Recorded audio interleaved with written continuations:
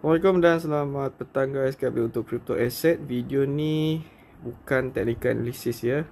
Okay, it's just comparison untuk Oktober dan September. Dan video yang lepas, which is kita bagi tahu September adalah bulan yang tak begitu baik untuk harga Bitcoin.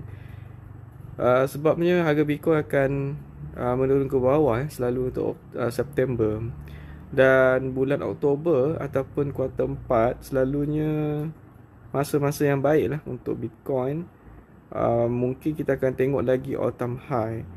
Alright, hari ini adalah 5 Oktober. Kita dah 5 hari lah dalam bulan Oktober. Dan kita melihat harga Bitcoin ni positif menuju ke atas.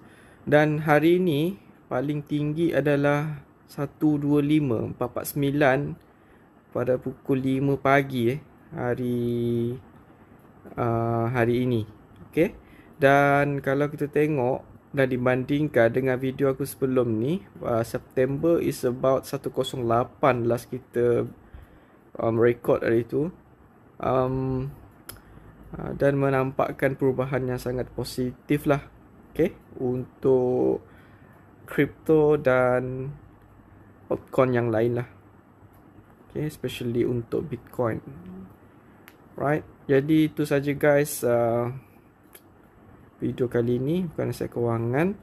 Dan aku ambil Oktober dan tak ambil yang lain-lain adalah sebabkan bull year. Mungkin bull year nanti 2029 benda yang sama jugalah.